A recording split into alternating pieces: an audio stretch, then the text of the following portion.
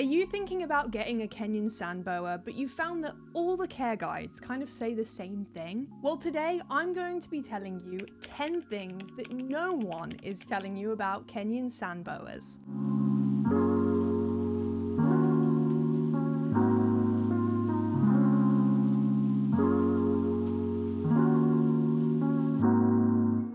I'm Ellie from Ellie's Exotics, and I've had Marmite for about 3 years now. And he is an absolutely lovely snake. I'm obsessed with him. But there's some things that I wish I knew before I brought him home, instead of having to figure it out on my own. So let's get right into it. Number 1, Kenyan sand boas can be the most placid snake that you'll ever own. Marmite is super friendly, very easy to handle, and he's not head shy at all. In fact, I used to use Marmite for educational shows in care homes, nurseries, and schools, because his personality just really suited it, and although he doesn't do it anymore, he was great for those shows. However, Kenyan sand boas I've found have 2 different personalities. They're either the most chill snake you'll ever have, or they can be pretty spicy. They're a small snake, so they are going to feel easily threatened and become defensive. Marmite has never ever been like this with me, but I know from other people's experiences, theirs isn't how people make them out to be online. So like with any animal, don't go into this expecting one thing because of videos you've seen online. Animals all have their own characters and personalities and things that they like and don't like. Walk into owning a Kenyan sand boa with low expectations when it comes to handling. And number 2, low expectations of kind of ever seeing them. Kenyan sand boas are sand boas. They rarely come out of the sand in my experience. Unless I'm physically handling him, I never see Marmite unless it's feeding day. And even on feeding days, I don't always see him. Sometimes I just have to leave the food in there and then it's gone in the morning. This is the reality of owning a Kenyan sand boa. It's a bit like having a box of dirt.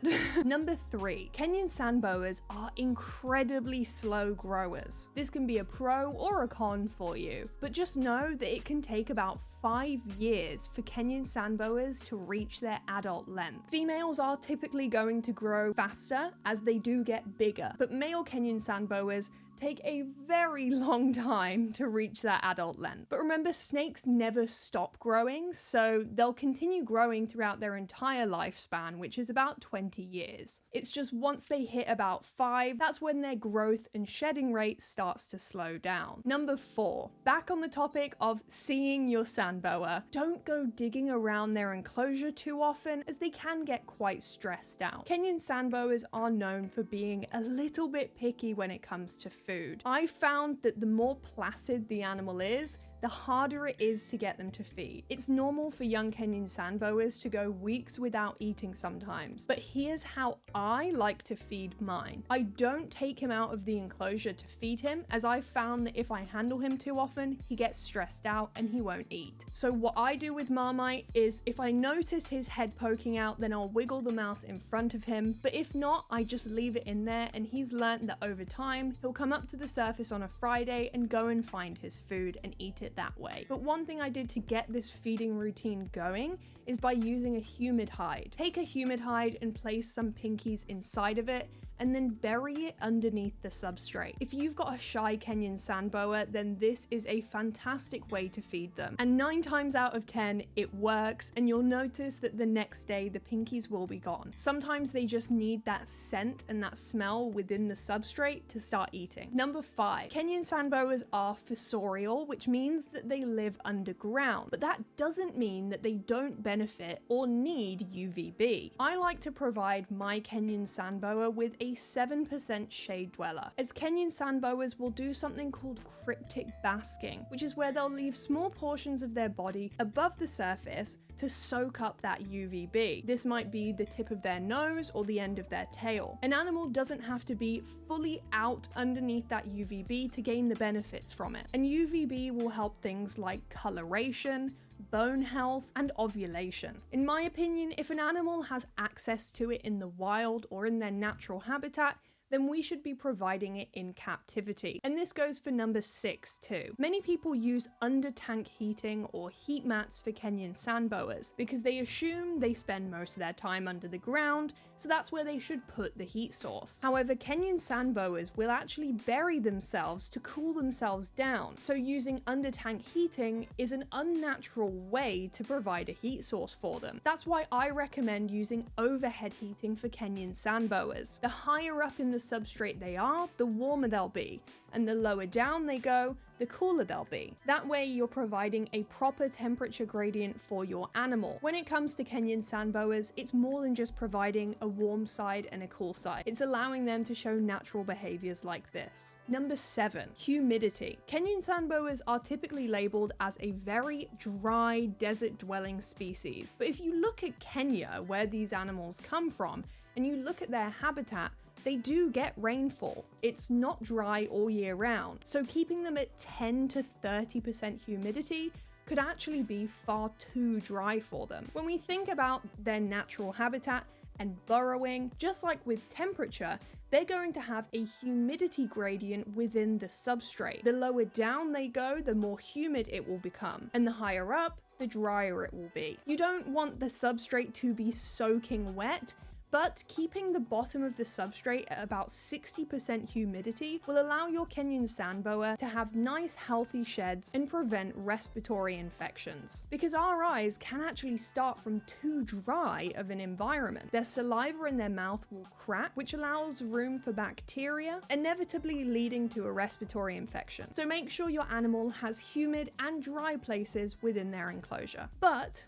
number 8, it's hard to provide this temperature and humidity gradient if you're using aspen and lignocell, because you can't wet it or it'll start to mold and it becomes sloppy, and that's when you will get things like RIs or scale rot. Instead, you'll want to use a topsoil and play sand mix. You can compact this down and it holds tunnels brilliantly. You can keep baby Kenyan sand boas, juveniles, adults on this substrate mix. It's completely safe to use. It's a misconception that all sand causes impaction. Impaction starts when you're using incorrect heating and the incorrect type of sand. Play sand is fully digestible for them, and if you're using overhead heating, which you should be, then it's completely safe to use. Make sure your topsoil is organic, peat-free, and fertilizer-free.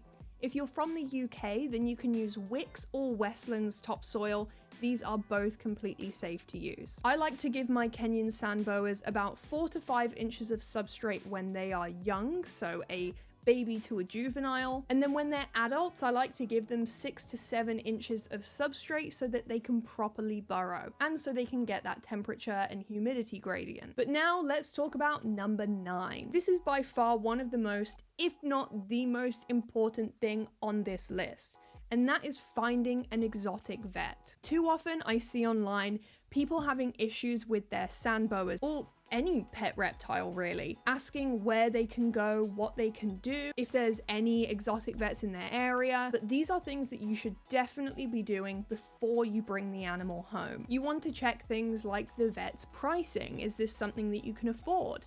Because exotic pets are a lot more expensive than dogs and cats when it comes to vet visits. Also check the experience that your local exotic vet has, because there can be a big range. Some of them are fantastic and they know exactly what they're doing, but others, because they haven't seen many of these species, they might not know as much. So research all the exotic vets in your area before you bring your animal home. And number 10, if you want to prevent a vet visit, then this is the best way to do it. Keep an eye on your Kenyan sand boa's weight. Obesity can be quite common in captive pet reptiles because they're on a strict feeding routine. They get fed every 7 or every 10 days, and they get the same prey item of the same size. And if you're not providing your Kenyan sand boa with enough space, or you're feeding them too often for their size, then they can quickly become overweight. Overweight snakes are not cute. It puts a lot of pressure on their internal organs, and it can cause premature death. One of the best ways to avoid an overweight Kenyan sand boa is by not feeding things like rats. Rats versus mice have have a very high fat percentage. And because boas' metabolisms are so slow, they just can't metabolize that fat well. Instead, opt for feeders like mice, chicks, quail, prey items with a low fat percentage. But if you've got a picky Kenyan sand boa who doesn't eat that often, then you can do the opposite. Feed them a nice fatty meal so that they are getting enough calories. But the main thing with preventing obesity is making sure that you're not rushing to up the size of the feeder, and don't overfeed or feed too frequently. Males especially can go months without eating, especially during breeding season. So it's not that normal for them to be eating every week unless they've got quite a high food drive. So that is everything for today, guys. I really hope this was helpful. And before you go, I wanted to give you a bit of an update on Marmite for all of my frequent watchers around here. So if you follow my TikTok, then you might have seen that I had an accident the other day where Marmite got stuck in his background. There was a teeny tiny gap that honestly I didn't think he would be able to fit through, but he's a snake, so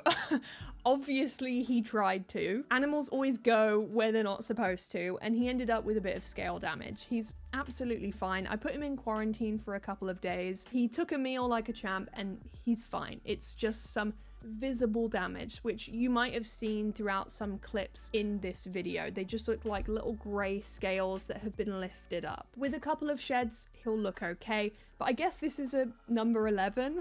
Make sure there's no small places so your Kenyan sand boa gets stuck, because even though I've been keeping reptiles for almost 10 years, mistakes and accidents still do happen. So bear that in mind. We're not all perfect and things do happen like this, but the great thing is that he's absolutely fine. He's just a bit scuffed up. But anyway, that is everything for today, guys. I really hope you enjoyed this video and I really hope it was helpful. Make sure you comment down below what your pet reptiles are called, and I hope you all have a wonderful rest of your day, and I'll see you all later.